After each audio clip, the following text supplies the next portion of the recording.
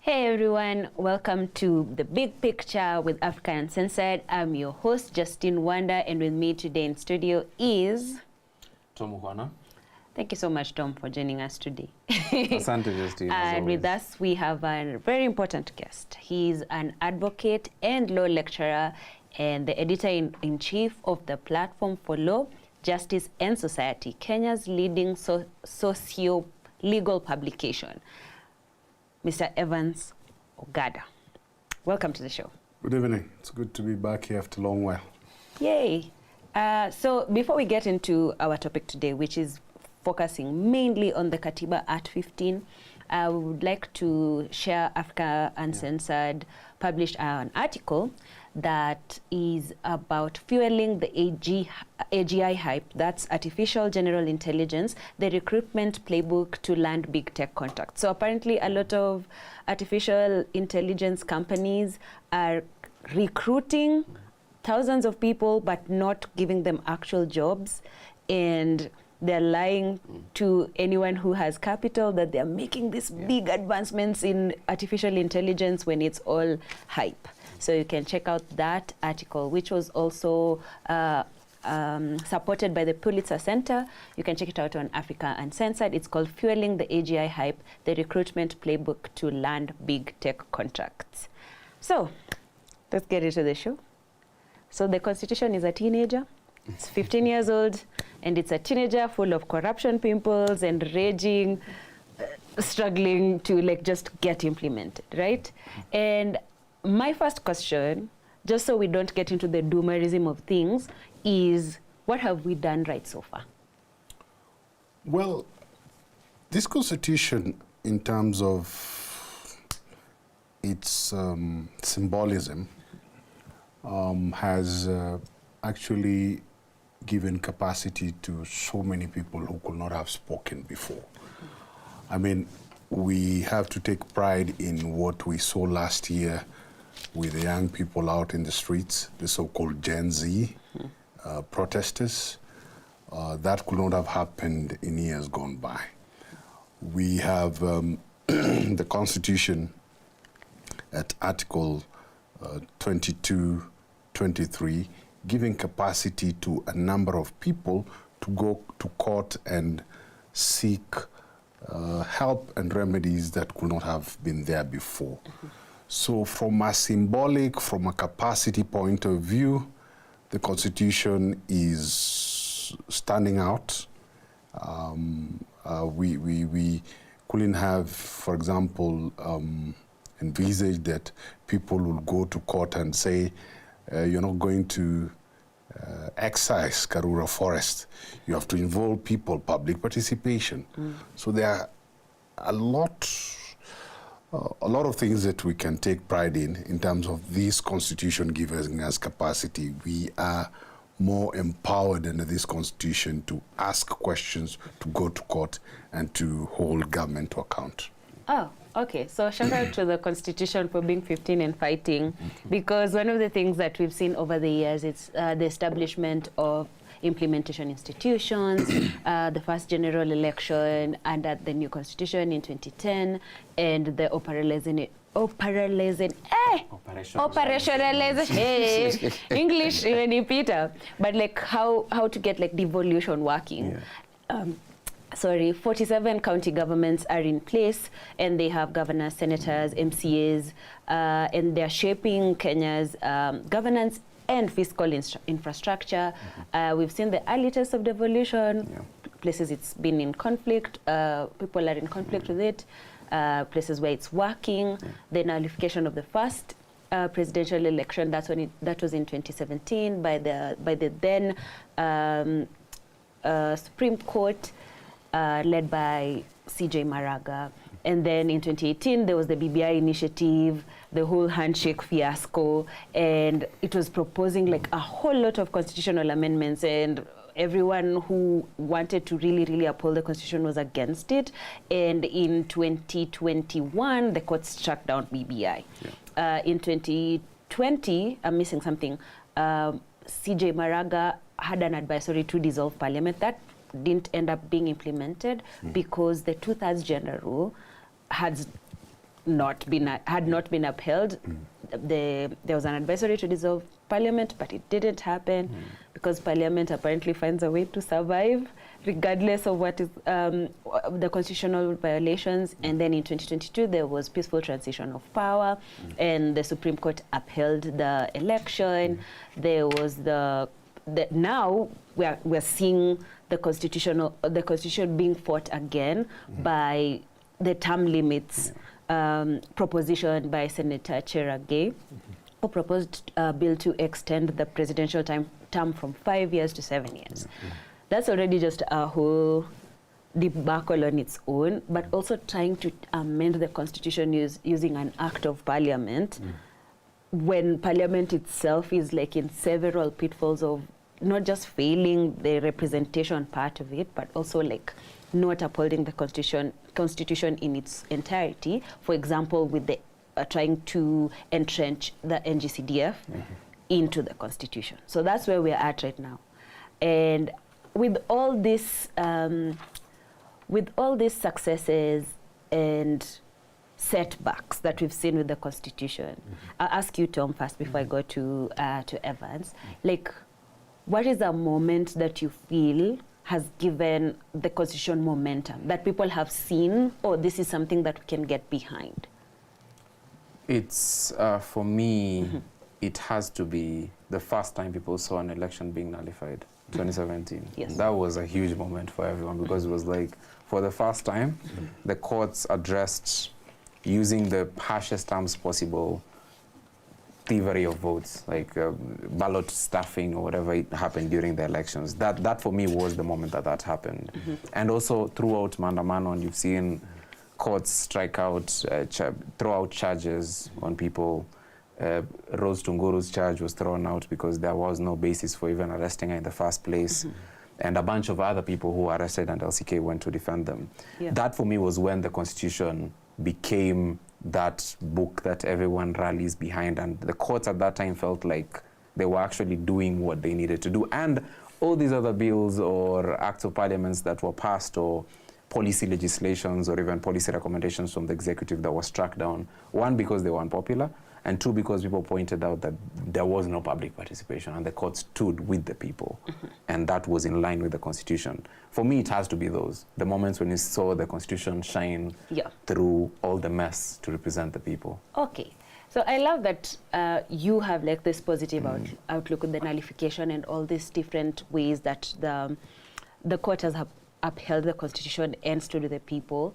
But also on the flip side, we've seen massive failure of the people in government just not wanting to implement the Constitution, or like bypassing it so that they can continue carrying on whatever agendas they have, not just for themselves, but for the people rallying around them, right? And I will ask you, do we really need 47 counties?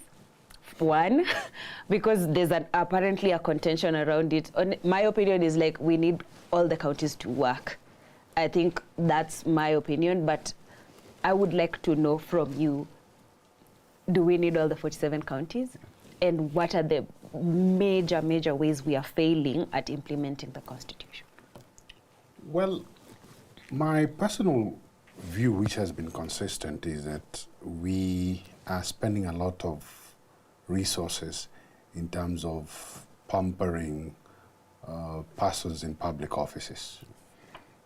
That is directly to answer your question that we don't need the 47 counties. We have counties there that repeatedly have failed to generate income to sustain themselves. They are consistently depending on stipend or income from the central government to even pay salaries. It's not sustainable, it's not viable. We need to revisit the numbers that had been proposed in the original Bomas draft, because if memory serves the viewers and the listeners well, 47 was a political compromise between the then NAK, Kibaki's political wing, and the was it NDP or LDP by Raila Odinga. So this was 47 was a political compromise by those politicians. The numbers that were proposed in Bomas were, I think, 14. And that would have made sense because it doesn't help us as a country that everything we are collecting is going towards paying salaries. Right now you're seeing these politicians and there's this move. I saw somewhere that every governor who's done 2 terms will be entitled to pension. Yes. This is our generation. We are young people here. It's our time to actively be involved in the civic affairs of this country. Yeah. When will you save and even buy a small shamba or do something out of your life?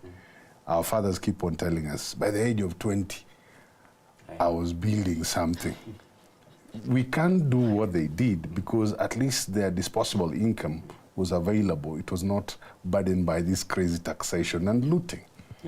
So we need to reduce the number of counties. We need to reduce the number of MPs. Italy did it in the year 2020? They had a referendum and reduced the number of representative units so as to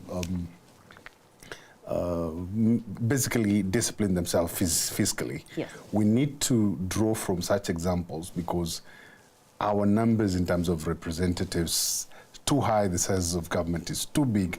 We need to cut down on that. And again on corruption. Now, your second question, in terms of what are we doing in the wrong way in terms of this constitution? Number one, corruption. And our political culture.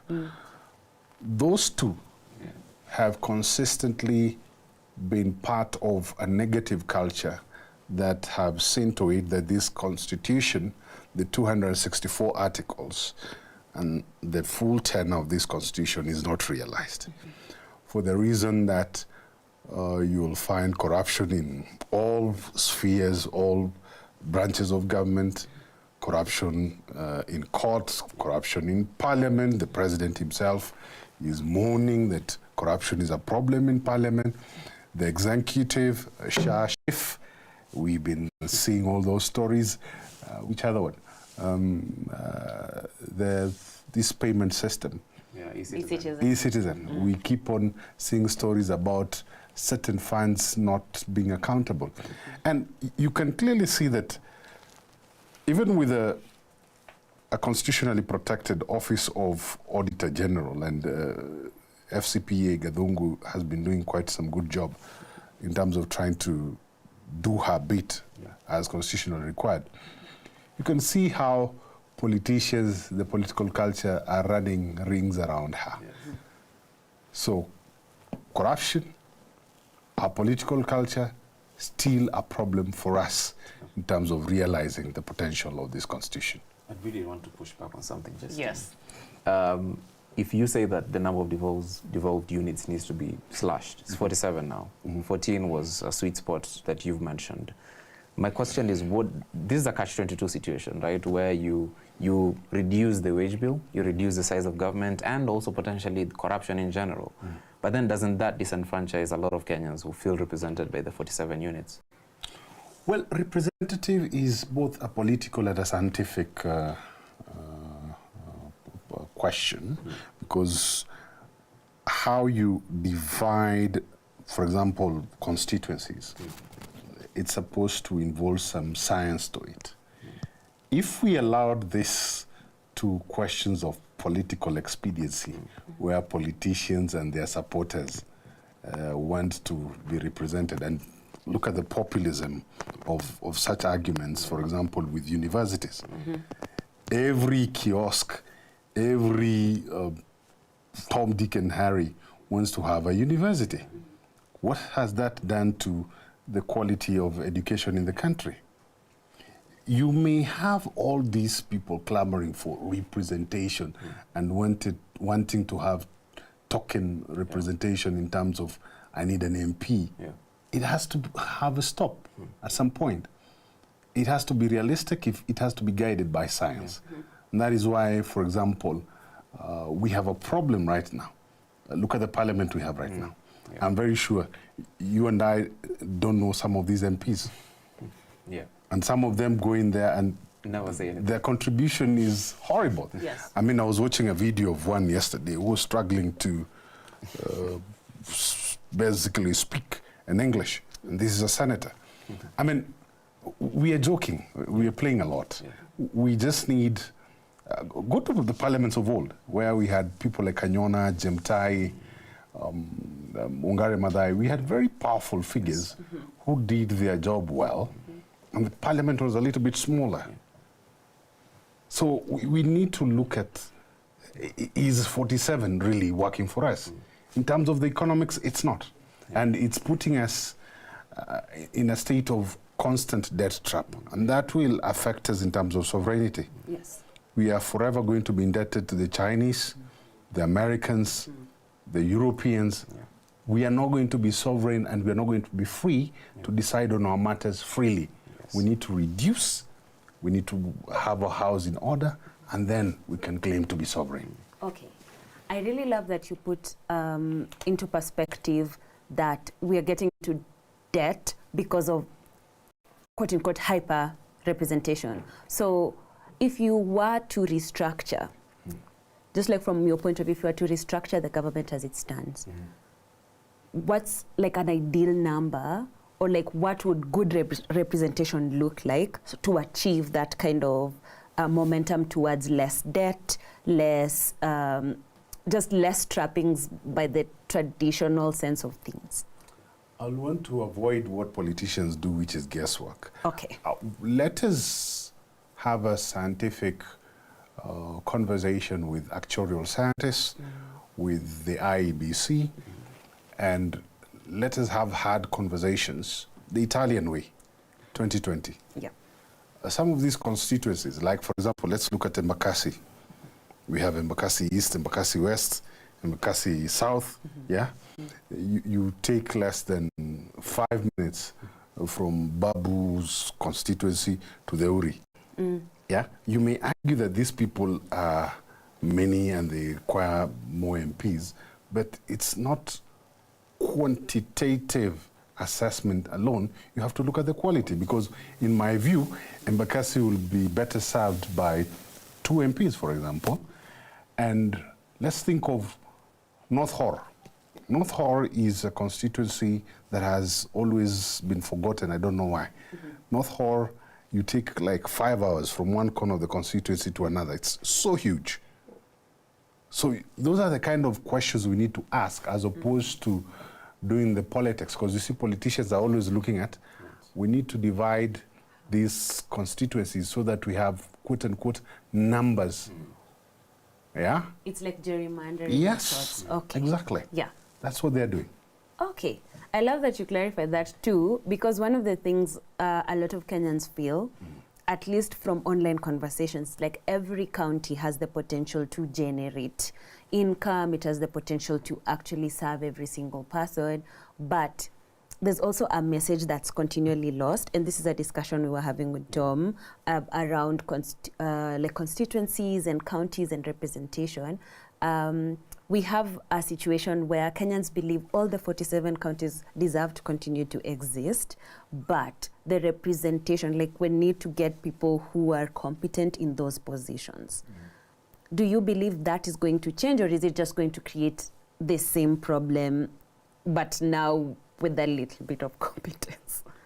Well, your statement presents the dilemma, the problems we have with the counties. I believe that if Kenyans were given the statistics, the education around the need to reduce the size of government across board, we would probably fare on better, because for our generation and generations subsequent, it is an existential question for us. We need to start saving. We need to reduce our debt. We need to start living prudently. That is something that we cannot escape from. Now, in terms of our traditional bad habits, you know, we only cascaded corruption and bad habits from the national government to the counties. The other day I was talking to some politician who was telling me that if you go to the counties, all the hotels and all the big buildings are now being tagged on people from the counties. It is true that the counties have now become the centers for devolved corruption. And we as citizens need to ask ourselves, why is it that we are incapable of getting the right people into office? I mean, I have a friend of mine who tried to contest in Kisumu a while back, a decent young man, a governor. He wanted to go for governor. He's a banker, a very sharp guy. I believe he would have done a good job. But due to the political dynamics, if you don't kiss certain people's rears and you don't have certain money to grease party mandarins, you don't get the party ticket. And you see that warp in terms of local politics, that certain tickets of caliber of hopeless, thoughtless, and utterly decrepit persons in parliament representing us. People who can't even speak or think on behalf of the republic. Yeah. We have a problem. I agree. Some of them can't even read. So that's actually a really big problem. Yeah.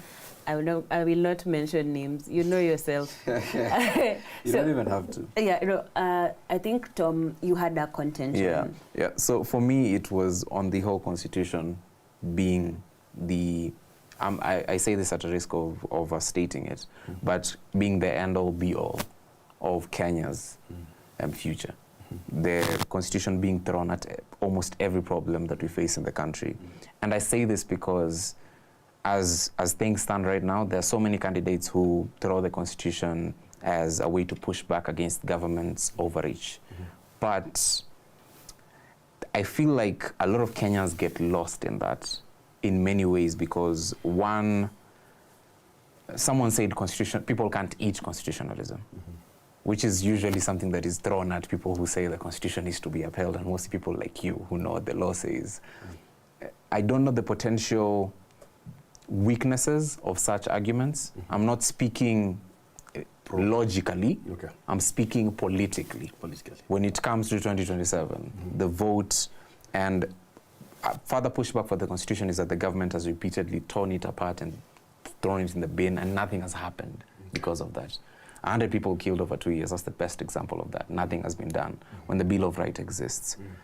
I don't know. How does that look to you? Does it look like a weak argument? Does it look like a strong argument? As it stands now, for me, it's somewhere in the middle. Well, it's not only weak, but it is what Miguna will call ignorantia elenchi. Argument that does not have any premise to stand on. For the lack of a better term, anybody who gives us such an argument is basically giving us nonsense upon stilts. For this reason, if people go back to history, we had some constitution in Germany called the Weimar Constitution, 1919. After the fall of the monarchy, Germany wants to rebrand as a republic, a constitutional republic, and people were enthusiastic about it. They brought in a constitution that had devolved government system like ours, what they call the Land over there. Bill of Rights they call progressive. All the beauties you'll expect with a constitution. Now, that constitution failed.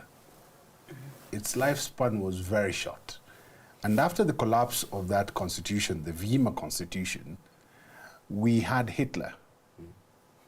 And we all know what Hitler and the monstrosity of the Third Reich to not only Germany, but the rest of the world was. In essence, we are better off served by this constitution only if we realize that the constitution not only creates institutions, but most importantly, it checks power.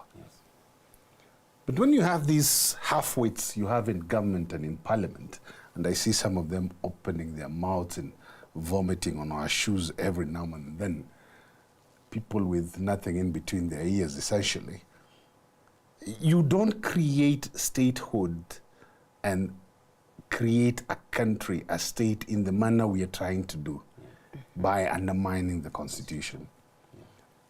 The collapse of Germany placed Germany on hiccups, and Germany was split only for it to be reunited and to rediscover the mojo with the Weimar Republic in 1990.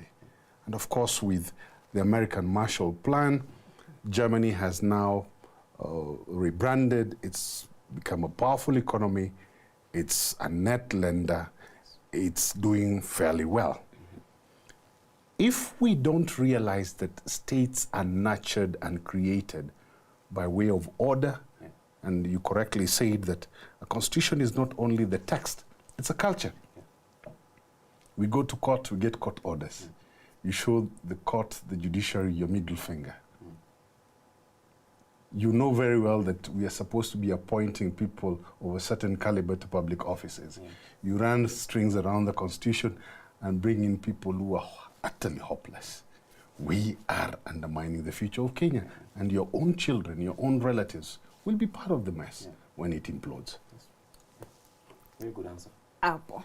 Me atastongeza, because one of the things that we keep hearing, especially about candidates who are trying to change that narrative, at least with I think we've seen it with Okiya Omtata, we've seen it with Maraga. The entire stance is like we have to build a future that's built on constitutionalism and the rule of law. Yes. And I'll give an example of Singapore. I know you said you hate Singapore, but as new Singapore citizens who are currently suffering, I have to bring this into into this particular discussion. Singapore apparently worked because of them upholding the rule of law in whatever way that they did that. But there's a time where Singapore and Kenya were at like the same level. But Kenya is finding new ways to regress and disappear from the map of progression in any kind of way. So how do you convince an everyday person, and I know you've said this, but like, how do you convince a person to tie their constitutionalism to their own economic growth, to their own future, to their own safety and well-being? For someone who doesn't think the constitution is that much of a big deal. And don't give them the Third Reich example. You kind of have to bring it home for me. Well, I can say this, that number one, I don't hate Singapore. I only have a problem with the example of Singapore for certain reasons. Singapore grew economically, but if you clearly look at the history of Singapore in terms of civil liberties and freedoms, that was sacrificed. And we have had a number of countries that have grown, sacrificing civil liberties and freedoms and prioritizing economics and, quote, economic growth.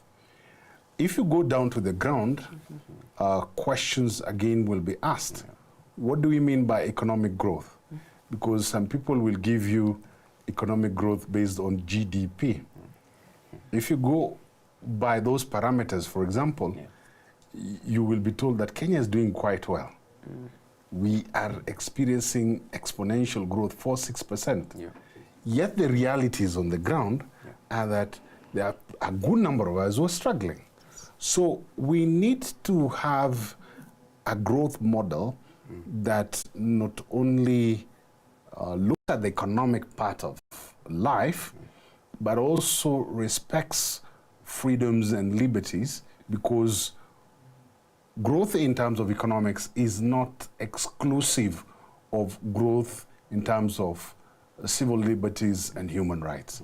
Both can be taken together, and countries like, I'll give the example of Japan. After the fall of Imperial Japan, we saw development where human rights and the economy grew in tandem. I was going to give Indonesia, but I've seen some news out of it today. But anyway, we'll give it nonetheless. Indonesia, after the fall of Suharto, economics have been stable, liberties and reforms have been ushered in. So we can do both. It only requires some little bit of respect for your constitution and respect for a culture of constitutionalism. Yes. I'm just seeing here actually, aside from human rights being thrown out of the window in most jurisdictions, that Singapore has a ballooning wealth inequality, which should tell you something, because the same thing has been happening in the country. Yes. So they sacrificed that for this country, which has the best skyscrapers in Asia and the central market for a lot of investment. Yeah, I think it makes so much sense that you have to sacrifice so much. That is the worst example to use. Doesn't this mean that, Justine, we lack imagination and we... It always comes down to the same thing. I have been preaching this country is run by people with no imagination. And you can see in what the kind of thing that they consider growth, economic growth, because GDP does not, again, directly tie to well-being. A lot of people are falling through the cracks. If they're not dying in the streets for being shot, they're dying in their own homes because they can't get health care, they can't take their kids to school. It's very, very detrimental to your health if you can't just like get by on the day-to-day. And I personally do not believe that GDP reflects anything in the country. The US itself is a good example. We've seen like their GDP at some point was really good, but like everyday people, you will watch people in the US and there's this running joke that the US is a first world country that's wearing a Gucci belt, but it's really just like a third world country in a Gucci belt. Like that's what it is. Like they have like a consumerist culture and they have all these big superstars and everyone seems successful, but to the everyday person, you're not even in the conversation. So for me, just to tie it up, because we have to wrap up this particular segment, I think, for me, I think when we think about constitutionalism, we should think about like what kind of growth and prosperity we want to have as a nation.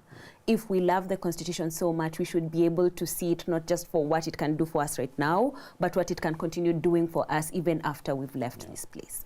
So I will give you each the last word on constitutionalism before we move to a bunch of other rule breakers after this. Tom, would you like to go first, and then we can give For me, it's to reiterate what you've said, that countries and great countries and states are built by respect for rule of law and policy and deliberate steps to making prosperity something that is at the forefront of every decision that you make, whether in government or in the private sector, every single sector that you can imagine, checks and balances. But in Kenya, you see this one lack of imagination, but then at the center of every single decision that government is making, you see them stealing from your future and your prosperity for them to maintain this glossy image of we've given 10,000 motorcycles to people, but then that money came from somewhere. And what makes me even more upset is that the Prime Cabinet Secretary, Musalia Mudavadi, said that it would, I don't even know why this cost exists, because that it would take 18 billion to maintain constitutionalism in government. That should have been a cost you spent without even declaring. Yes. Which then makes me ask myself, Justine, are you then not implementing the Constitution? Because what he said is this money could be better used elsewhere. For once, the guy thought of healthcare being the most important thing in the country, because he's saying, what if we put this 18 billion instead of implementing the Constitution in all our policy making into healthcare? Can you imagine what that would do? But then the question is, instead of pouring 144 billion into Talanta Stadium, why don't you invest 100 billion into healthcare? That makes more sense. Priorities. Just doesn't make sense to me. Every single thing they say on stage and do never makes sense to me. Yeah. Evans? I want to pose a challenge to us. And I watch a lot of Nat Geo animal shows. All animals, and I want you to watch this, they always go for the strongest to lead. If you show signs of weakness, you always jettison out of the pack, because you, as a weak leader of the pack, you will not be able to lead the charge in terms of defending. It's a very important lesson for us Homo sapiens. We need to look at the very best among us to lead. We cannot go for people who lack cerebral matter in between their ears to lead us. People who cannot think and people who think that primitive accumulation and gobbling of public resources as a quick reach mechanisms for them personally will be a path for us as a country. That's going to be a problem. And then we also have to trace our roots as Africans, because we are Africans. We have something that the South Africans tried and is still reverberating within that circle called Ubuntu. In Africa, in Kenya, we call it Utu. And Utu has its different dimensions within our different communities. It's found in the message of Jesus. Love yourself, love your brother as you love yourself. You cannot steal from SHA. You cannot steal from public coffers and still think you love yourself. Because when you steal from those poor Kenyans, tomorrow you'll be out of office. You'll need to go to Kenyatta. If you stole from Kenyatta, where are those resources to treat you when you need? Those resources to treat your brother, your sister, your neighbor. We need to start thinking of the enterprise of state, not looking at it shallowly in terms of the 5-year cycles that politicians here think in terms of the country, but think progressively in terms of grander visions for the country. Yes. 10 over 10, no notes. Just to wrap up in like how the rule of law is also just still being completely disobeyed. We saw the Kericho governor, one Mr. Mutai, who was in the impeachment process. He was being impeached under several, like Nazumi Njuni Mingi. So like gross violation of the constitution and any other law.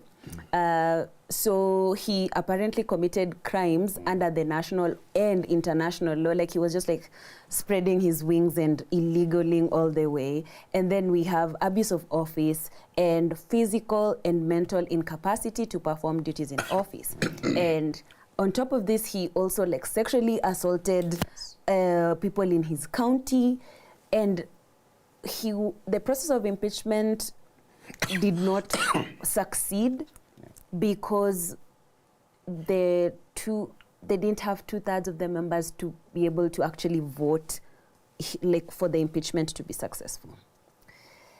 And I just want to ask what the impeachment process is.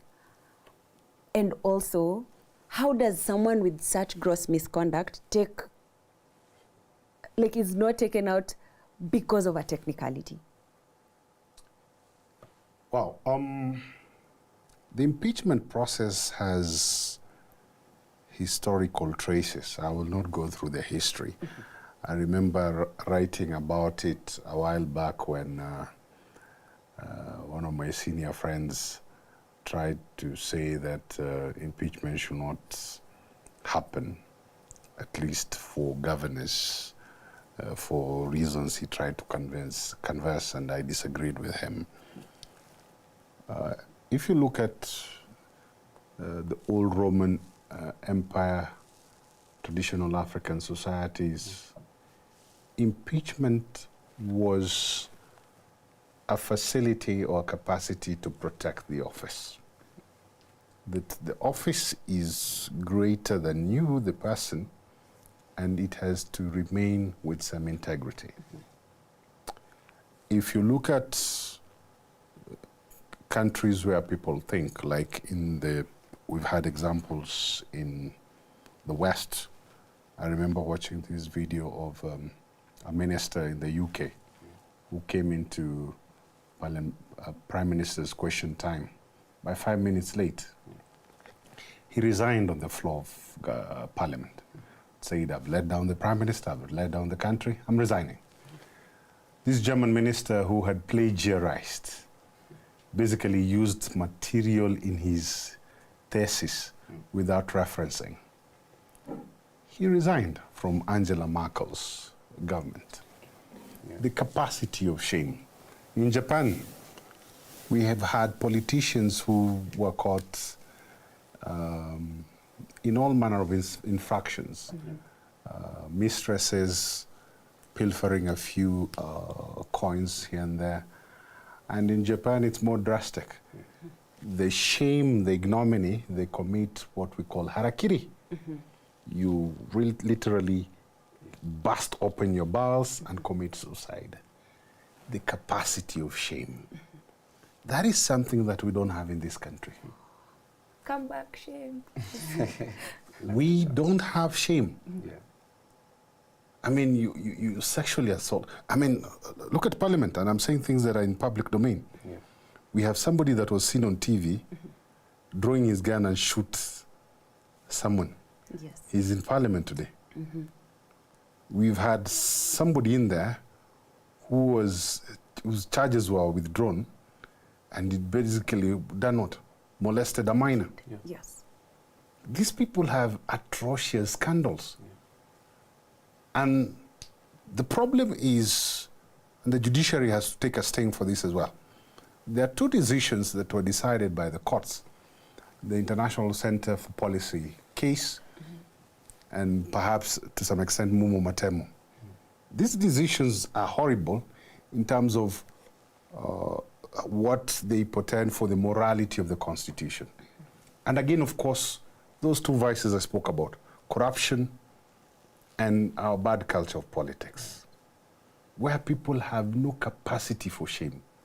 You are stupid, you do wrong things, but you still rub it on our face. You know, sometimes I stopped watching some of these characters on TV for purposes of my mental health, because number one, I don't like stupid people, Yeah. and then number two, the lack of shame. And people think that this is normal. You cannot do what, and my good friend, my senior, Elisha Ngoya, presented very graphic images of the graft in Kericho. And it's not Kericho alone. Yes. If you go to all these counties, the other day we had Wajir. Nairobi is also boiling here. We have to ask ourselves, why is it that people get into public office, do all these evil things, and have no capacity for shame? Why do you think they do that? Well, I remember this Kenyan who was on TV during the last election, and when a certain candidate was called a thief, and what did this Kenyan say? Tutampigia kura. Hata tukimpigia kura ni mwizi wetu. So we are owning these vices, and when we own these vices and these vile, wretched people, it comes back to bite us. I was born in Nairobi, born and raised. By accidental origin, my father comes from Kisumu. So by the fact that my name starts with an O, I am expected to reason and think in a certain way. And that should reflect even in my electoral choices. And that's the mistake we do. Right now, people are getting excited about, I saw some people from some corner of the country calling it Pierre. It's Pyre, my people. That old relic that was built by the Romans in 2000 BC. And people are getting excited. It's in a lake shore. And we are getting excited that some stone Roman relic that was witnessed in the Roman and Greek civilizations in 2000 BC. You need to ask yourself, how much did it cost to build that thing?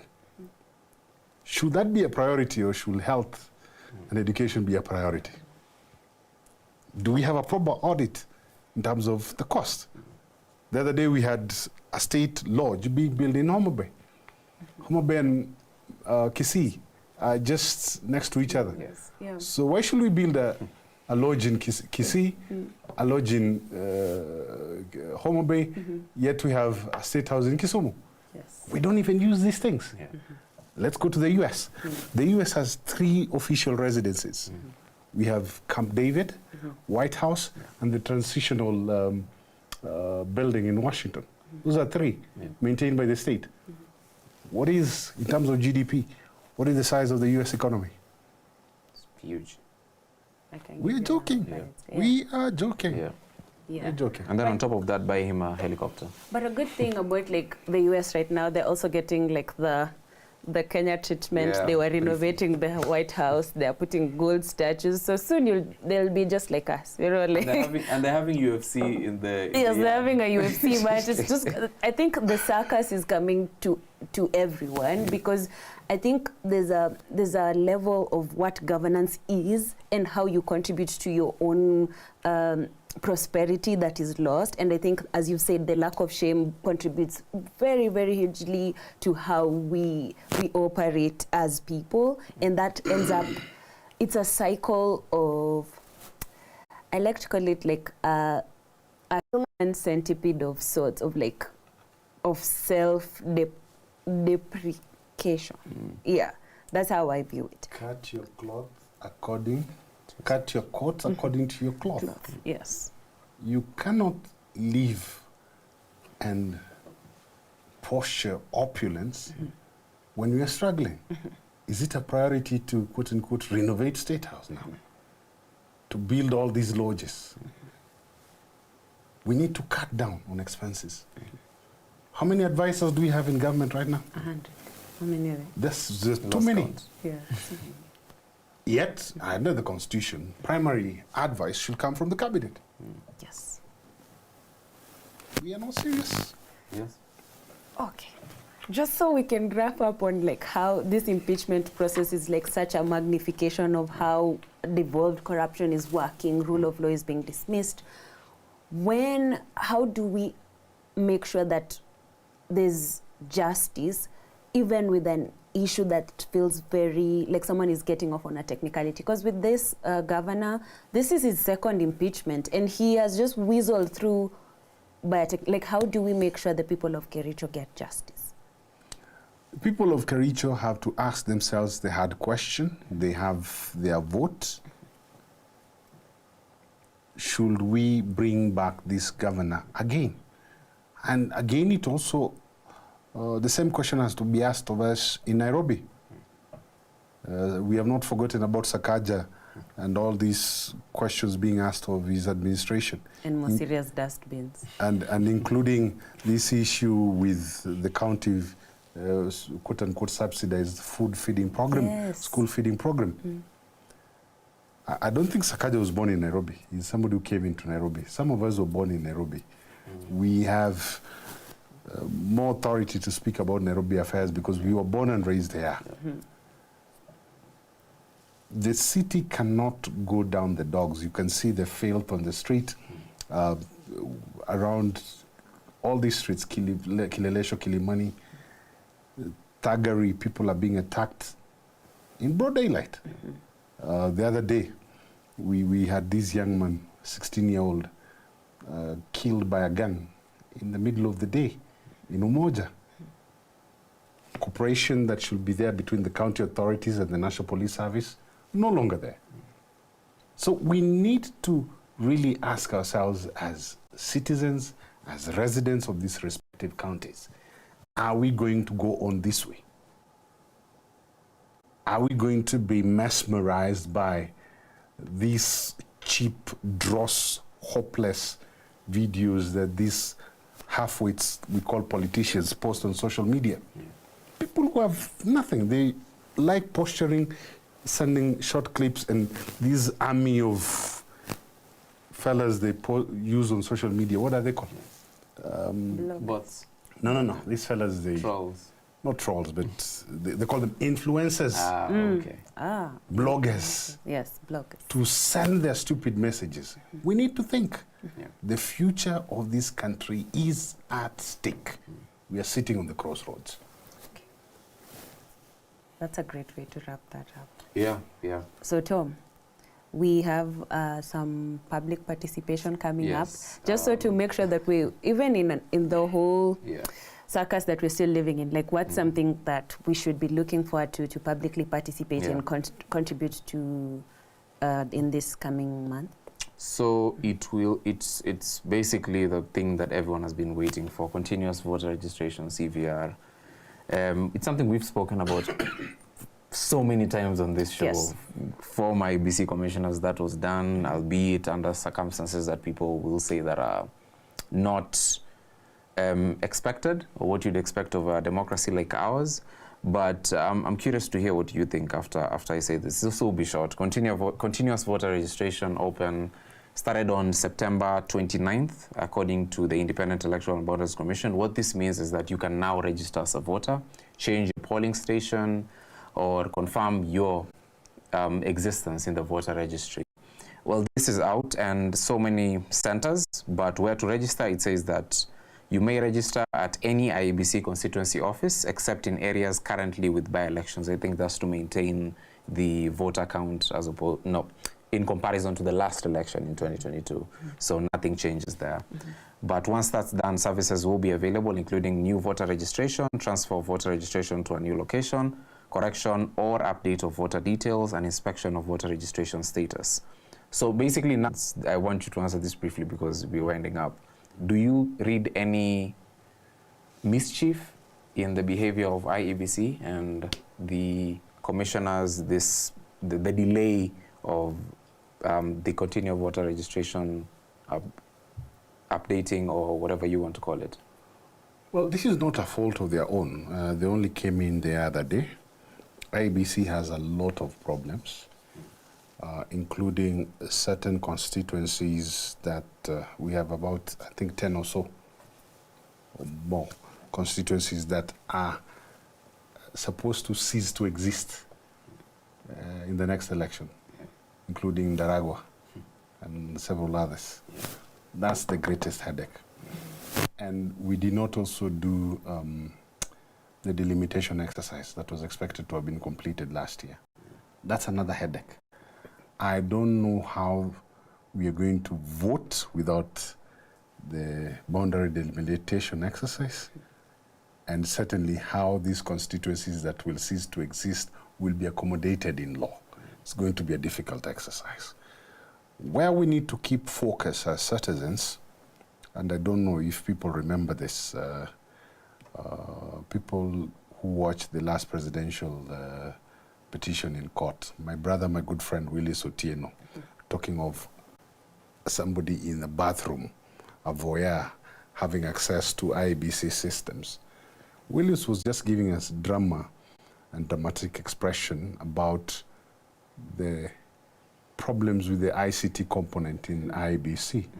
That has not been dealt with. We have a KPMG audit report that exposed a lot of rot within the ICT components of the IEBC. That has not been dealt with. To the best of my knowledge, they have not come out in the open to tell us that we have managed to address the issues that were highlighted by KPMG. So as a voter, I don't have the confidence that I'm going to go to a vote that is free, fair, and accountable. Okay. So wait, when did?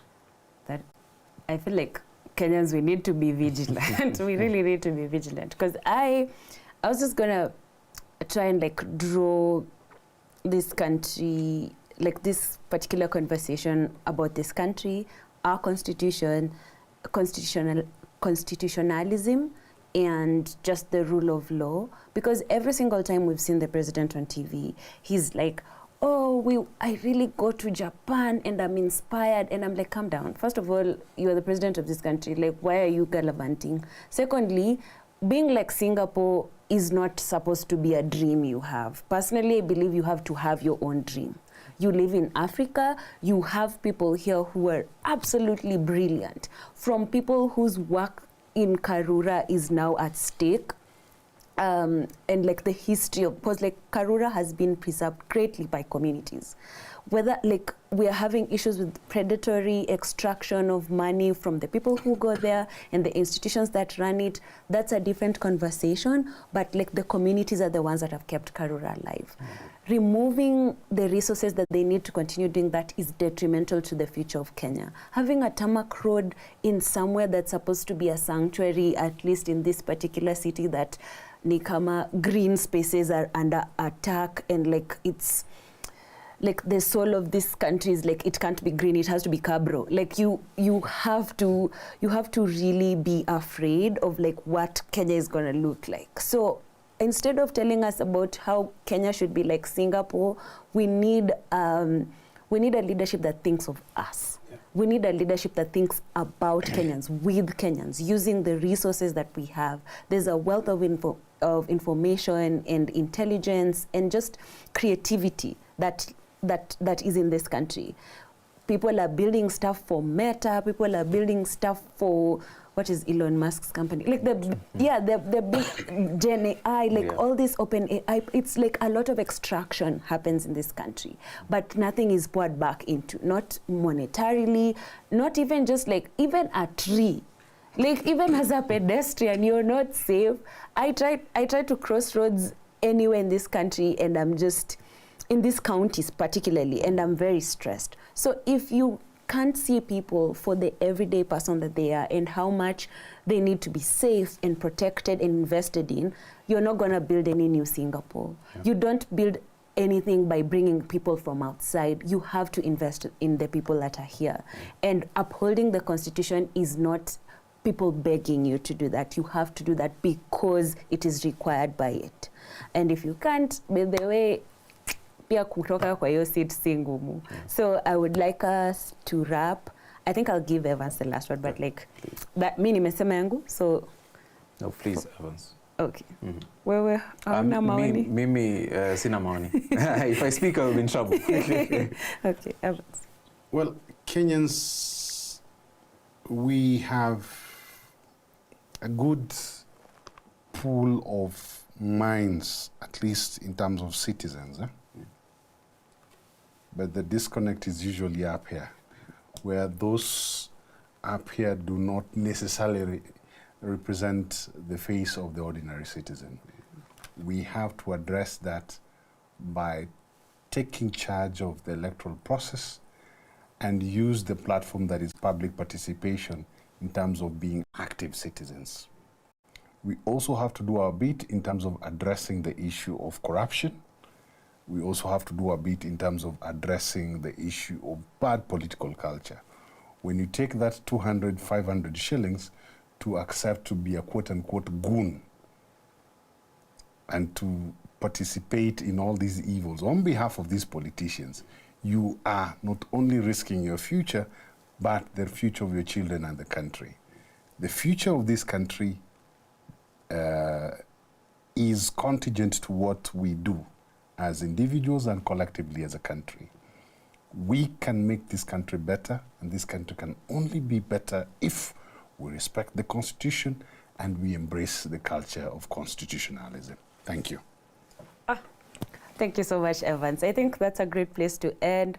I would like to thank Evans for being our guest today and for really, really rooting for the Constitution, and of course my co-host. We're always rooting for the Constitution. Yes. And I am Justine Wanda. Thank you so much for joining us, and good night.